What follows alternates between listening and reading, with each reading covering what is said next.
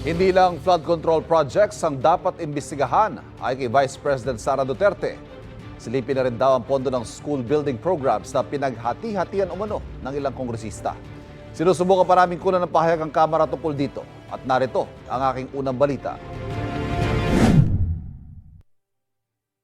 Sa unang pagkakataon, magkakasabay sa The Hague sa Netherlands ang apat na anak ni dating Pangulong Rodrigo Duterte. Alinsunod umano sa kanyang hiling. Nasa mabuting kalagayan ng Pangulo ayon kay Vice President Sara Duterte. Pero pinababantayan ang mga kinakain dahil mataas ang niyang sugar. Masaya siya na nakabisita kami ng apat. May humingi ng reaksyon sa bise kaugnay ng investigasyon ng administrasyon sa mga flood control projects. Sang-ayon ng bise rito, pero kailangan anyang palawakin. Huwag tayo tumigil sa flood control projects dahil noong 2024, last year, nagsabi na ako, sa school building program pa lang ng Department of Education, pinaghati-hatian na ng members of the House of Representatives, walang nagsasalita, walang nag-iimbestiga.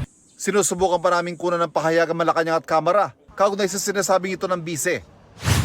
Hinamon din ng bise na laliman pa ang utos sa lifestyle check sa mga kawani ng gobyerno o yung pagtiyak na hindi sobra sa kita nila ang kanilang pamumuhay. Hindi lang yung elected public officials pati yung mga appointed public officials.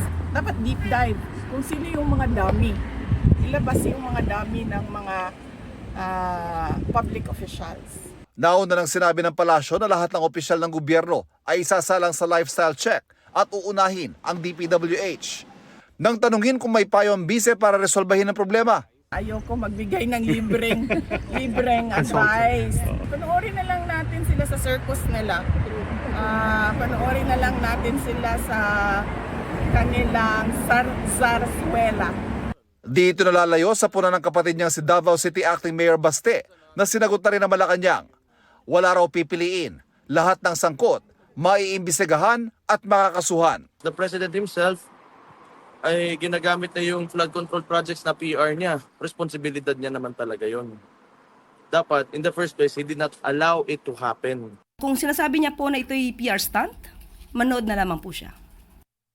Ito ang unang balita. Ivan Merina para sa GMA Integrated News. Kapuso, huwag magpapahuli sa latest news and updates. Mag-iuna ka sa balita at mag-subscribe sa YouTube channel ng GMA Integrated News.